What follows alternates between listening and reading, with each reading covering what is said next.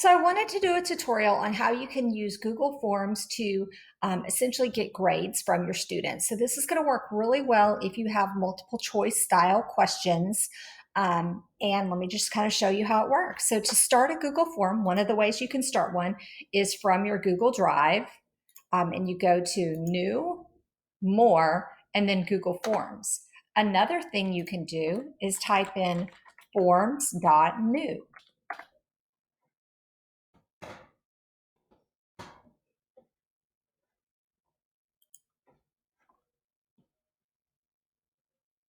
So the first thing I want to do here is I want to give my form or my quiz a name. So I'll call this DHS Forms Quiz.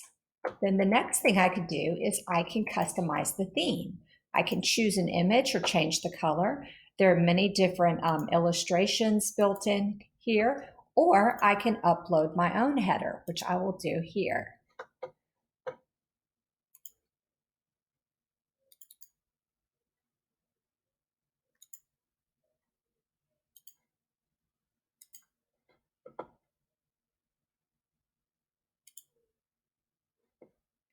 And I do have a template if you are interested in creating your own so that it fills this whole space. So the first three questions that I do are required, and these are kind of housekeeping questions. So the first question I want to ask, I make this a short answer question, and it is first name, and I require it. I'm going to go ahead and duplicate that question and make this last name. The third question I ask, and I do this as multiple choice, and that is class period.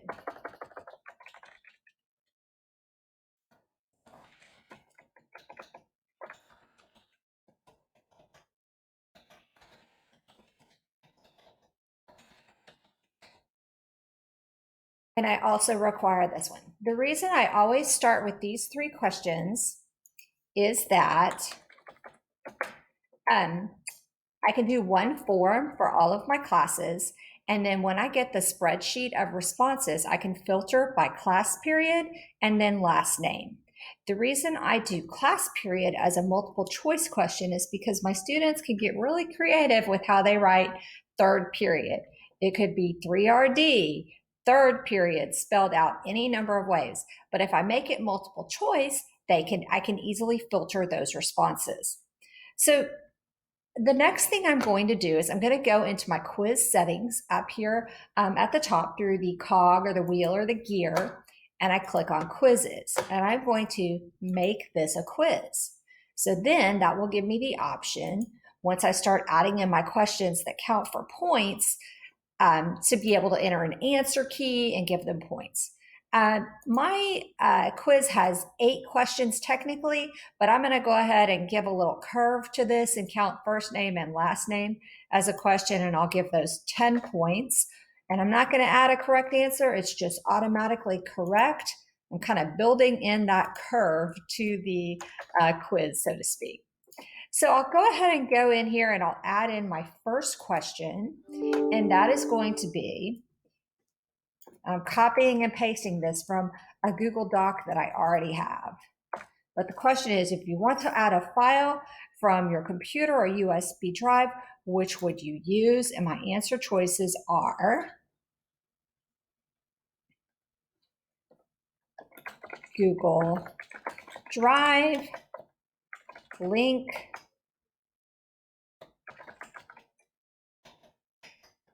File,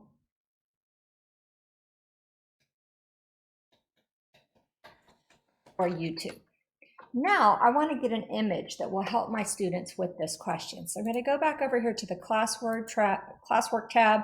I'll create an assignment, and the image I want to get is right here. I want this particular graphic. So what I can then use is my snipping tool. Now, if you've never used the snipping tool on a Windows device, go down to the bottom left corner, click on the magnifying glass, and start typing in snipping tool, and then it appears here for us. So what I can do is I can do a new snip, and I'm going to take a picture of this. So I just kind of drag the corners of that. I'm going to save it so that I can then upload it in, and I'll call this Google image. Name it whatever it needs to be named. So then I'm going back into my form. I hover here in the middle and I get a little picture to add an image. I'm going to upload that, browse. I believe it's saved in pictures. Google image. There we go. I add that in, and then that can help my students. So now I still want to use that same image, but my questions are going to change, but my answer choices are still the same. So I'm going to go ahead and require this. I go to my answer key and file from your computer. So file is the correct answer, and I'm going to give that 10 points. I say I'm done. I'm going to duplicate that question because all I'm going to change is this question stem next. So I copy that. And my second question is, let me copy and paste that from my other screen here. If you wanted to add a website, which would you use? Then I can go into my answer key, and a website would be a link, not a file. Let me uncheck that one. And it is also worth 10 points. So I'm going to do that again for a few more questions. Go ahead and pause the video. Well, I'll go ahead and show you one more time. So I'm duplicating that because it's the same basic question. I'm just changing the question stem. So for question 3, and I like to put the question numbers in here for my students too. So we're adding something from Google Drive. I go into my answer choice there, uncheck link, it's worth 10 points, we're good there. And then my final question that applies to that particular image, I'll go ahead again and duplicate the question, paste in my new question stem, go to my answer key, give it the answer I want, make sure only that one answer that I want is checked. You could have 2 different answers that count correctly there, so just keep that in mind as well. So then my next question is going to be a little different. It is a multiple choice question, but I'm going to go ahead and show you this so you can see how the snipping tool works again. And realize, guys, if you have images you're saving from Google or anything like that, those can work as well. So I'm adding a question in, and this question is a true or false question? And that is, you can post to multiple classes at once. So I'll say true or false. And then I'm going to go over here to my Google Classroom, get out of this assignment where I took the image. So I'm going to create a new assignment. And then this is the screenshot I want now, because it shows how you get to all of your classes. So I have that. I'm going to go ahead and save it. I'm going back to my Google form. I add in an image. I'm again uploading here from my snipped tool. Open. So I have my image that will help my students out there. I'm going to go to my answer key, select true, make sure it's worth 10 points.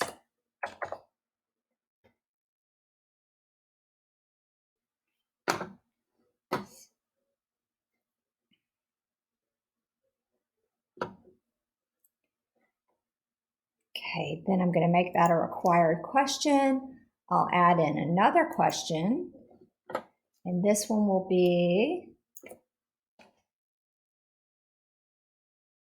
you can reuse a post for other classes. So again, this will be a true or false question. I go to my answer key, make it 10 points.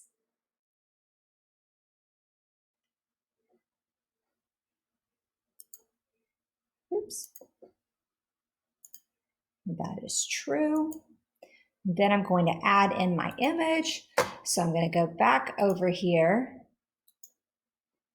create, and then I want to get that symbol for reusing a post. So I'm going to my snipping tool. And then I'll save this, reuse post, or just reuse. I go back into my form. Going in there, I'm going to upload that image again.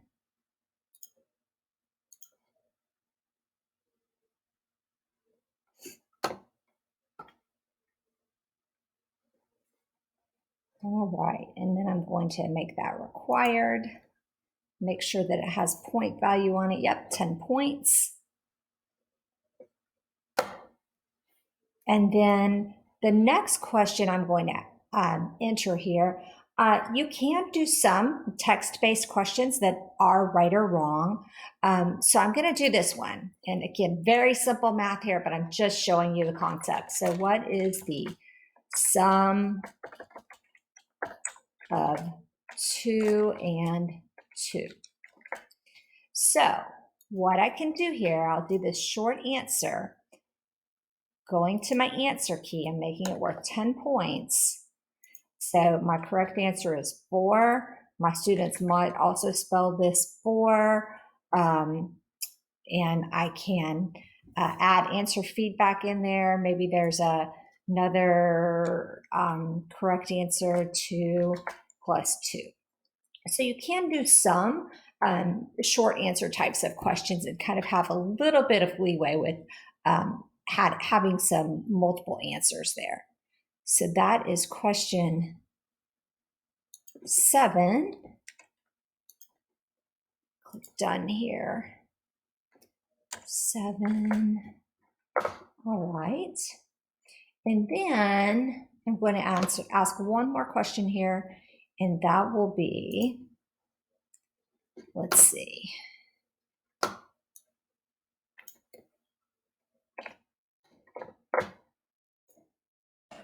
Another true false question, and this is question 8.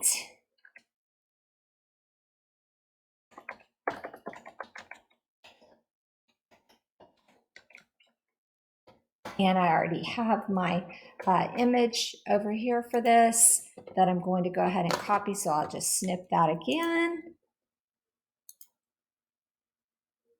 This is just showing the stream view compared to the classwork view. And I kind of had my screen split for that. You can use the Windows left and Windows right buttons to do that. So I'll just call this stream versus classwork. And then I upload that image in.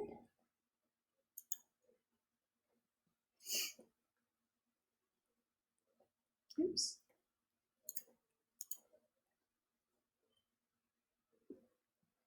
Okay, so I have my quiz mostly ready here. I'm going to go ahead and require this question, require that question. So I have my questions all worth 10 points.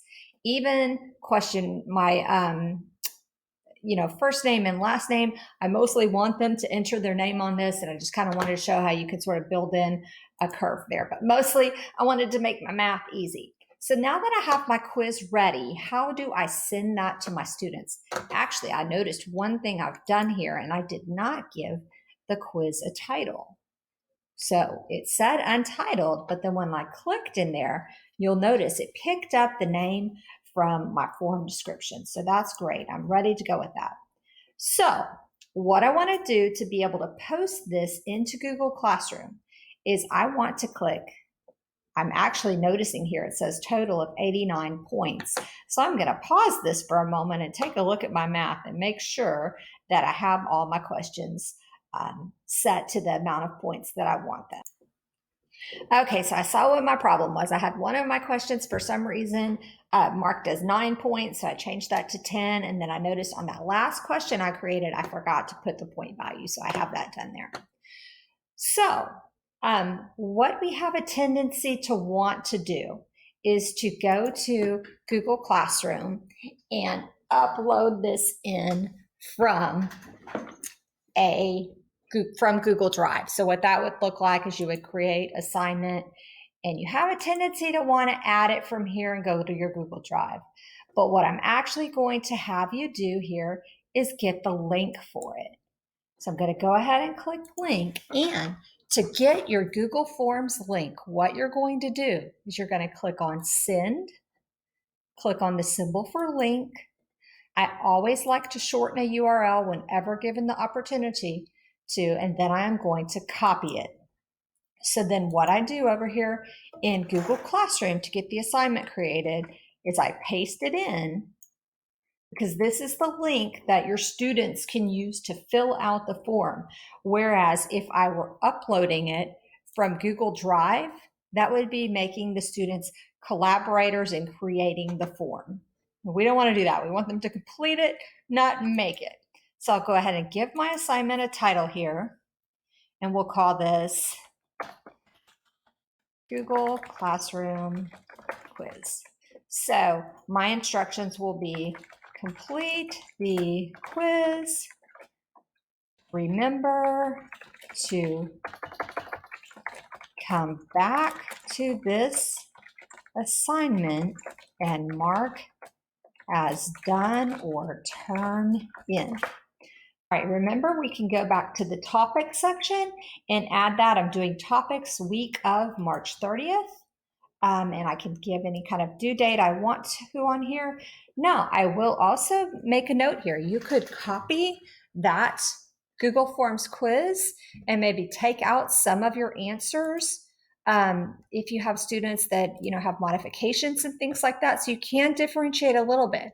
So you could assign your students that needed a modified quiz a different one here. So what you would do if you want to make a copy to be able to do that is you click on the three dots and then make a copy, and then maybe you could take out some of the answer choices here. So I have this ready for my students. I click assign. I'm going to go ahead and complete the quiz as a few sample students, and then I'll come back to you with how to look at the results. So I even found something wrong with my quiz after I did this. So I always like to kind of fill this out. But I noticed when I entered this quiz as sample student Billy Smith that it's not giving me credit for her doing her name. So to go to the quiz, and what you can do there is mark all other answers .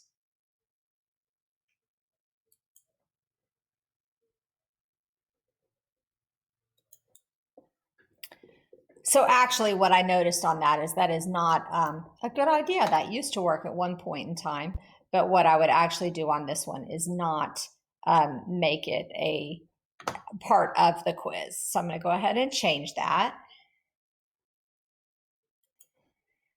So what I'll do kind of after the fact here is sort of build in my I took out those two questions so they won't count against the student for marking their name wrong, because they're all going to have different answers there. And, this is an 8-question quiz. I know it's technically 12 point something or another, but I'm kind of building in a curve here. So I'm going to make all the answer choices worth 14 points. Okay, so I have submitted some answers to this form for various students. Now, this gets a little confusing for teachers because you would think you could go to that same link you gave your students and be able to see all of your results. You actually need to go back to your Google Drive if you don't still have it open to find the form. And it's the last thing I edited here, so I'm going to open it up. And then to see how my students do, I go to my Responses tab, and it gives some nice data here. But what I really like to do is I like to click on this little bitty green Create Spreadsheet icon, and that will create a spreadsheet of all of my student responses. So what I can do with this is I can filter by class period,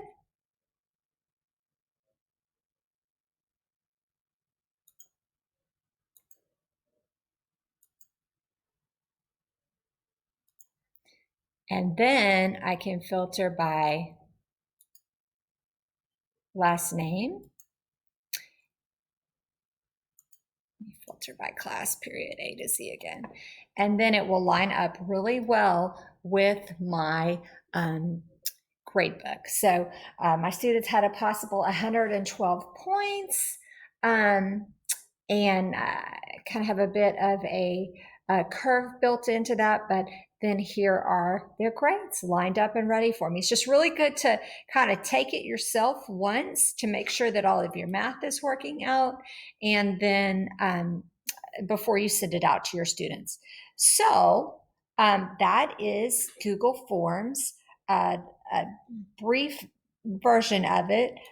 Also realize when you're doing these questions, I kind of have this in one big layout here. You could also break this up into sections so that, maybe the first, last name, and class period are one section, and then you move into your questions. I will also link some tutorials. You could do something called branching Google Forms. So if a student were to answer a question incorrectly, it could take them to some material to help them reteach that concept, maybe a YouTube video or a reminder, especially for English language arts, maybe about subject verb agreement or something like that. And so Google Forms has a whole lot of potential. I'm sorry, this is a longer video, but there's quite a bit to it. But the fact that it grades stuff for you, I think that is definitely worth your time. So I'll go ahead and end the video here.